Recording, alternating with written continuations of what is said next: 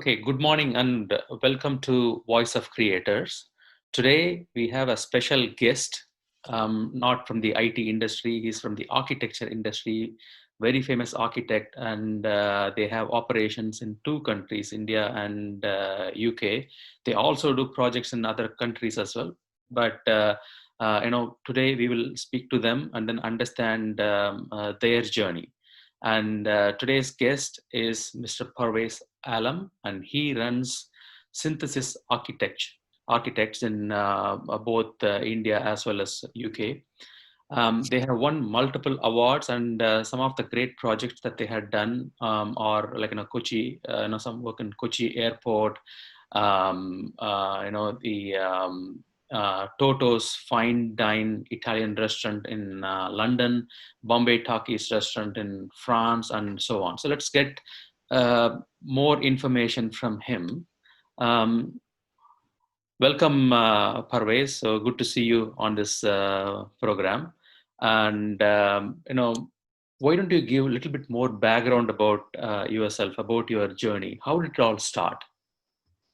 How it started long back when I was in school, and I used to see my dad designing his buildings. And although he was a civil engineer, he used to work on designs because of his creativity, and he always wanted me to become an architect. But I never considered, I think, just because he wanted, but I was more towards bent towards creativity because I think it was in our genes.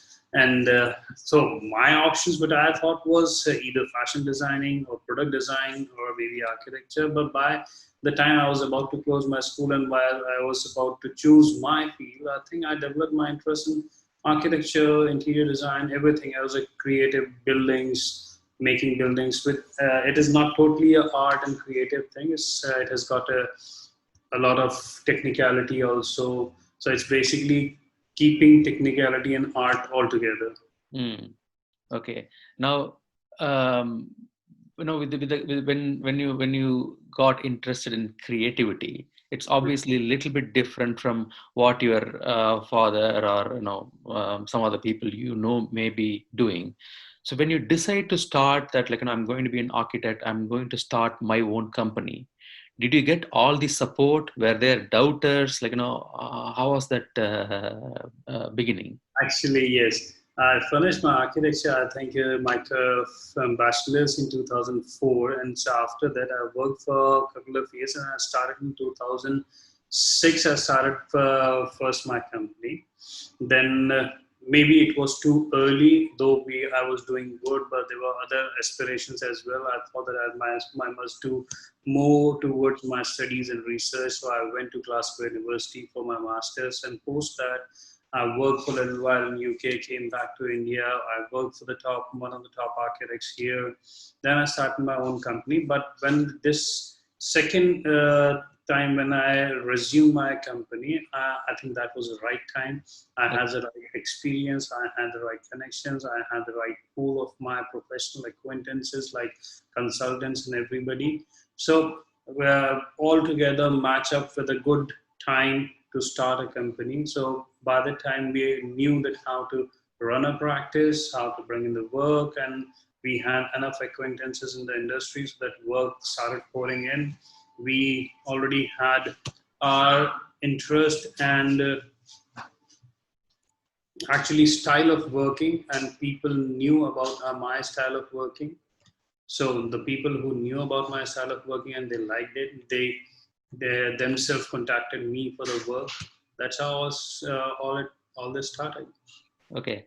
And for almost all the entrepreneurs, the first project is always special, isn't it? That's when, we are starting up, and then when we get our first project, we normally, bit of excitement would be there, and we might have done hundreds of projects, but the first one, however small it is, would remain in our memories for a very, very long time. So, could you give a little bit more insight about that?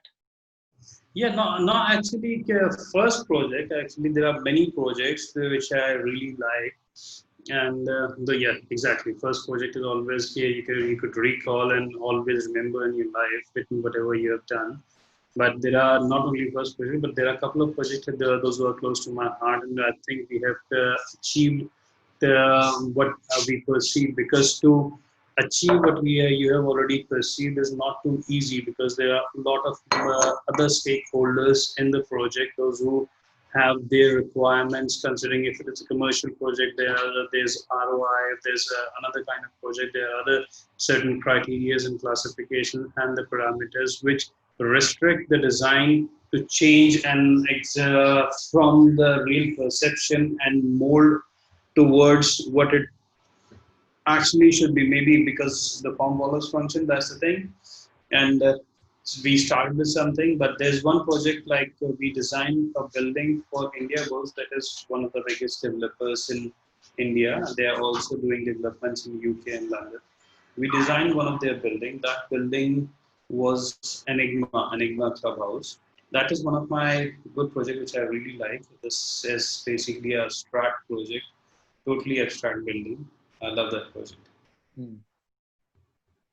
Okay, right. And when we, for creators, when we hand over a work to our customers, when we see the smile on their faces, it gives butterfly to us. Like, how was that feeling? Like, when you hand over, and the customer does not have to appreciate face to face, but you can immediately see a smile on their face, and then, wow. Tell me a bit more about that. Actually, yes, that is the final thing which we always expect to happen. And generally, it happens in almost every project. And we actually work towards that, and we want to achieve that, because the satisfaction that gives us is immense, immense satisfaction that gives us. And that builds up our confidence also that we delivered what was desired by the client. And we also care, like, but there was something which I wanted to tell you, but it's skipping off my mind. Anyways, like, but this is one thing, that satisfaction you get, but that is one thing. But a happy client is another strongest marketing you can anyways do, because word of mouth marketing is the strongest marketing, and the percentage of success is highest if you have a word of mouth. So word of mouth is only created once your client is happy. So as a designer, as a creative person, we are really happy. Gives us immense pleasure to see that smile on a client's face when the project is finished. But at the same time, it builds up our rapid, and it gives us a word of mouth marketing. And I think that is the strongest marketing we have ever got. Okay, I think you touched a very important point. So one is delivering the project to the satisfaction of the customers, which obviously triggers quite a bit of word of mouth marketing references from your customers. What are the other type of marketing mix you normally look at? Like, what would you advise other the budding entrepreneurs to look at, in addition to the word of mouth? See, different industries and different businesses have their own kind of effective marketing. There might be different effective marketing for other businesses, which doesn't apply to say same to my business. Sure. Like as an architect in India, we cannot advertise ourselves anywhere, directly advertise. So, but obviously there are other ways. Like if we do good work, our work gets published in the design periodicals or online periodicals. We also apply for design competitions. We also get invited for design competitions after seeing our work. So you enter in design competitions, you get design, you get recognition. That is one marketing. Another is, yeah, a lot of companies call you for special things like a seminar or a lecture, or there are certain ways that they call us, and they market their stuff, and indirectly we get marketed. Okay. That people start knowing us, that who whatever we are saying, if they agree with us, they understand that what he's speaking is uh, worth listening to. And there are like online marketing. Online marketing is like direct marketing is not possible in architecture, though we can do always interior design as a rule, as a code of conduct, and as a legal system in India. Architects are not allowed to directly advertise. But as an interior designer, we can. But as a code of conduct, we cannot directly advertise ourselves. Mhm. And actually, we don't generally don't have time for that, and we don't want to do it. and we are quite busy with other stuff. The opportunities comes to good designers themselves. Right. People, good designers are invited for the award functions or awards or get nominated or their works get published. These are the ways. Right. Tell us, a little bit more about the awards that you have received. We have got first award we got for the best restaurant design in India. That was national level award. That was designed by my partner in the company, Sachi. She was leading that project. That was a restaurant designed for Claridge's Group of hotels, and that was first. And then we got, when we were beginning to show our works were getting published. People started recognizing us. Then we got another award that was uh, it was a single phrase, and that was really nice. That upcoming designers, something like that.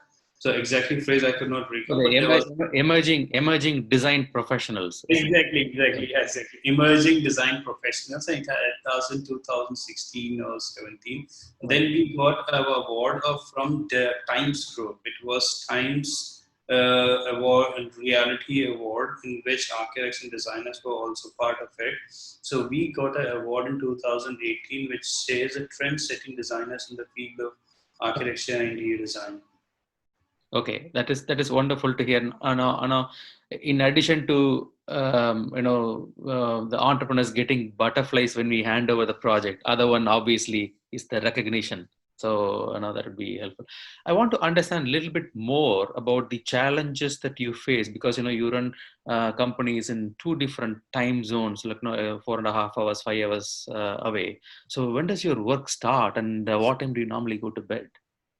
Yeah, actually, it is a challenge. Not that easy. I have to, if I'm in UK, then I have to also work with India time. So I have to wake up like 4 or 5 in the morning to start working at the same time in India if I have any call cons and things. But I can always manage that.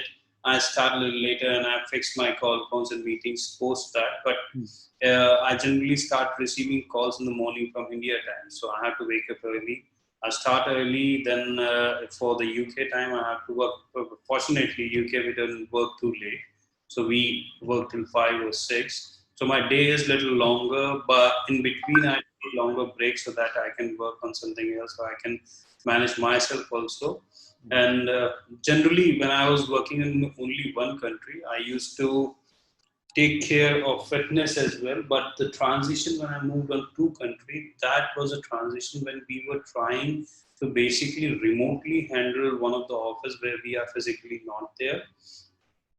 So what we did, we had one of our senior most architect working with us from long time.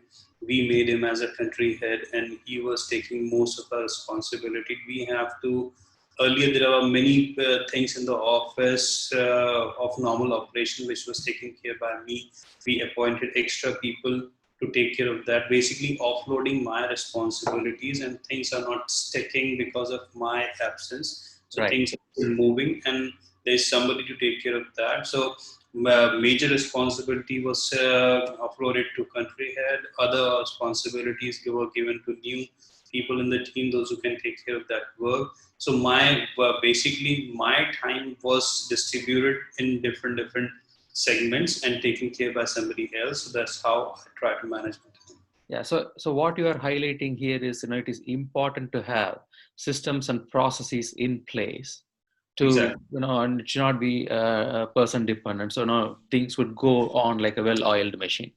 That's what you're So saying. I'm not from a management background, so basically I could not use those terms. I'm developing organically, and whatever is the requirement, and I understand the requirement, and I go as per the organic requirement that okay, this is the work has to be done. I find out how it can be done, how I can manage that, and Right. I come to know about my after my research and sharing experiences from others. I Hmm. do that. And obviously if possibly if I have somebody to manage my business Hmm. and have more strategy driven growth, then Hmm. obviously he will be doing the same kind of stuff, and he'll be having all the strategies and terms to divide and classify everything. So Right. maybe That's the next thing we would need a nice management guy for the business. True, yeah. And when you work for really long hours, how do you keep your focus? Like, how do you remind that, okay, like, I have to get this one done and then finish the work on time? Because we may get distracted, or like, we may lose focus or get tired, etc. So what are the tips and secrets that you would like to share? See, you actually, whosoever says that he works long hours, either he's not giving a 100% efficiency or he's lying. So there is a human tendency of efficiency, that how much work he can do with 100% efficiency, or 80% efficiency, or 70% efficiency. If somebody is working 14 hours and he says my efficiency on the first hour, on the 14th hour is same, Mm. he's lying. It is not possible. Maybe some miracles happen, but I don't believe in that. So you have to take proper breaks. So keep up to your efficiency. You need to be efficient, give proper efficient time to your work. So you have to give proper breaks. So I take breaks. I go out, walk around my office, go to a cafe, take a nice coffee, relax for a little while, talk to my friend or family, not work. So that relaxes your mind. So That you recharge, like, refresh, recharge, take break, and then and focus. you walk a bit, it becomes a part of exercise. You walk a bit, 10-15 minutes, go to a cafe, sit there, have a coffee, talk to a friend or a family, not work. That Mm. relaxes your mind, that gives you a little workout Mm. change, that basically re-energizes, recharges mind. Mm. Okay, I think that's a very useful tip as well.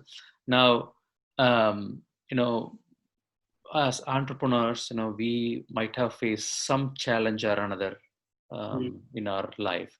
So, what are the biggest challenges you had faced? How did you solve them? What would you advise them? Actually, there are many of them, but when we started growing, people started knowing us. Then, obviously, people, when they see what kind of work they are doing, what kind of people are working with them, there are clients or uh, people, those who try to either compete with you because you're growing, you are recognized, people try to compete with you. There's a positive competition, and there's a negativity that also comes. You have to manage that negativity first. Second thing, when you have a regular rolling business, there is poaching happening. So you have, when we came across these things, we started making, so with the time we started making different contracts with the clients, with our employees. So control that. As I told you, organically we're growing, with new things. So when we face challenges, we made changes to mitigate those challenges or manage them. So poaching was one thing, payments on time, managing payments on time, that was one issue. Mhm. Then marketing, actually marketing was never an issue for us. I think my team was really, I picked the right people and we did nice. So word of mouth really worked for us. So marketing was never a challenge, but it happened with slowly and gradually with the time. We kept on working, but when we entered new market in UK at that time, we cannot expect us to again go through slowly and gradually for 5 years or 6 years to develop the same rapport, because we are already a certain level in India. Mm. So we thought that now we need to market ourselves. We need to tell people that we are here. That's the work we have done. We need to expose ourselves to the industry, to the fraternity. At that time, we actually brainstormed that how we can do that faster, not going slowly and gradually the way we did earlier. Yeah. So that was one challenge when we entered a new market and we have to do marketing. Before that, we didn't never did marketing. Yeah. So, that's a very useful insight as well. Now, one of the biggest challenge almost everybody right now are facing is the coronavirus, that pandemic situation. Like, almost all the businesses are trying to figure out, like, how do we move forward. So, what are the steps that you have taken, looking into the future? I'll explain you that till now how we were managing it. First thing was that at once it happened that everything has to go under lockdown. Everything will stop. Hmm. So first month it was easy. Everybody was sitting at home. Whatever we could do from home, everybody was working from home, and we didn't have any pressure from the sites. Hmm. Things were moving slowly at the site as well. But after a month, the sites were open with limited staff. Then the pressure came in because everybody knew that from day one the site could not pick at that level of work efficiency. Hmm. But the transition time they can utilize it by closing the decisions, drawings, everything, whatever can be done in office. So we got a lot of pressure from our clients to work on the projects. Right. But everybody was working from home, and in India there are multiple states, and my office has got people from different states. And before Hmm. lockdown, everybody went to their states. They could not come back when the office started because interstate traveling is still a challenge. So, working from home was not giving us the same level of efficiency which is required. Right. What we did, we hired new people locally, those who were in Delhi only, so that they can come to office. And then when we have those people, we basically have double number of people working for us. And when we are in office, then again the social distancing has to be maintained. So we did alternate days. Then half of the team will be coming one day, half of the team will be coming one day, just to meet the efficiency which is required. Because physically working like designers, we do a lot of sketching, we discuss, we do a teamwork where we develop design, we evolve things. That is not that easy. Maybe this was a thing which I could have said 2 months back, but in 2 months we have learned a lot. We have graduated to the next level. Now, sitting across the table and sitting across computer on like this we are sitting has very little difference, but still there are a lot of things that is required. And also to meet the efficiency, we have to do it. That was one thing till now we have done it. Hmm. Now again, looking ahead to the things, we have to look a lot of things. There's positive things also, and there are challenges also. Positive thing is where if we need to have say 50 people working with us, we don't need to have a facility for 50 people. Right. People can work from home. We can decide who can work from home, who cannot, or alternately we can do so. We can reduce the facility at the Hmm. office, and we can have still large number of people working for us. That Okay. is one thing. We don't have to do over expenses. And also for the people those who are working from home, they are traveling less. They have less expenses of traveling. They have more time for themselves to do workouts with their family, and they don't have to travel with it. And Right. in India, there's a big problem of pollution because of the traveling. So the traveling is reduced, the pollution is reduced. This was one thing, but that helps our business because pollution gives a lot of bad health, and that gives a less number of working for people those who come to office, because Hmm. every now and then somebody is ill because of this. And challenges are obviously the things are not moving that fast with what actually it should be moving in normal course. And there are many projects those who are moving slow or are held up just because of the corona thing. Hmm. So business is not that fast and growing. It was in normal course. So Yeah. we are struggling that how we can meet up to our expectations and about the business, that how we can change and implement some strategy. We can do something else within our domain, Hmm. or if not direct working, some indirect working or rollouts, or some generic things which is helpful for everybody and is required in the industry. Hmm. So business has to run, so we have to devise some strategies. Okay, okay. Yeah, thanks for that. And because of this coronavirus thing, do you anticipate changes in the way the buildings are architected or whatever? Would you? Yes. There are many things, many things. See, considering every kind of occupancy, a office building, a residential building, a hospitality or a restaurant, everywhere. If we consider that Corona has to stay Hmm. for a year or 2 years, we cannot make a building totally. We cannot change the architecture for 2 years, because architecture has to be the building. Whatever we make has to stay for like 50 years or 100 years. So Hmm. we have, for just 2 years we cannot change the building entirely. So we have to make a generic building Hmm. which has got flexibility to meet the requirement of first 2 years or 3 years till whatever time Corona is there. Yeah. Okay. Even the restaurants, say in 3,000 square feet earlier, we used to have, say, for example, 80 seat. Now we would be having 40 seat, but it is flexible. Space is still flexible to have the back 80 seats. Hmm. Okay. So we can create a designs which is good for another 2 years. And restaurant is a place generally which has got a very less life of running a same thing. So every Yeah. restaurant or things generally needs revamping after a couple of years. Not a residential. I think residential generally we design it for 10 years, because in every 10 years the family demographics, requirements of the family, design needs, everything changes. So maximum residences generally, interiors of residences and the layout of the residences are generally for 10 years. After 10 years, generally there is always a change, remodeling and space auditing. Hmm. Restaurants or a retail store are generally 2 to 3 years. If a restaurant picks up, it becomes a legacy. Maybe it can go to 10 years, 20 years, but still generally considered 2 to 4 years, not more than that. Hmm. And again, hotels also they have their life. After some time, they need revamping. And offices generally have long life, but it needs regular maintenance and change of design is there. Yep. So interiors is one thing which we can consider for next 2 years. There will be changes. There will be implementation of strategies for interiors and layouts. But the building as a whole architecture, I don't think there's much need Much to change. change. Hmm. Thing, yeah. Hmm. Okay. All right. Okay. Thanks for that. Just a couple of more things. Like, I would like to get out of you, your knowledge. Um, do you have mentors or role models?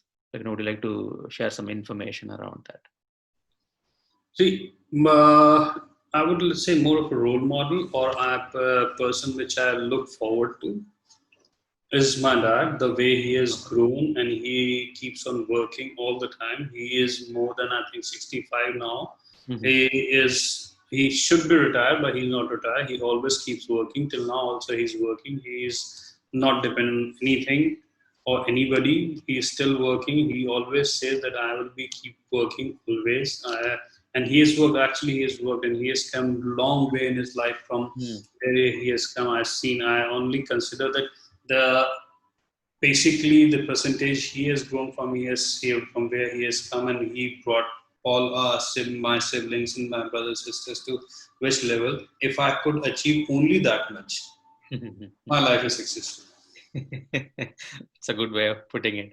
Yeah. And finally, what Hmm. advice would you give to budding entrepreneurs, the viewers of this program, See, budding entrepreneurs, I would like to on tell the you that aspiring ones as well? Yeah. exactly whosoever's trying to come out. Number one, being entrepreneur is a way of life. It's choice you make that what kind of life you want to live. Both the life, if you're in a job or you're an entrepreneur, they are both good. There's nothing bad about anything, but it's a way of life you're choosing. Number one, when you start, you need to know that rate or odds of getting success is always more than odds of getting failure. Don't be scared of failure. Move ahead. Be positive. There's always success waiting for you. Number one, your goal. Number two is you cannot achieve a goal in one day, but make your every day counted towards moving your goal. So, very important one, right? Keep the goal and then keep working and make Exactly. every day count. Yeah. And we have to be patient as well. You can't reach there in a single day. So, Yeah. You cannot pour 100 liter water in 10 minutes. But if you keep pouring half a liter, 1 liter continuously, one day you will do 100 liters. So right. keep Okay. walking, keep moving. Okay, all right. So thank you very much, Parvez, for sharing your insights and wisdom. It is much appreciated. Hope the viewers benefit from this one as well. That will be really pleasure, man. Okay.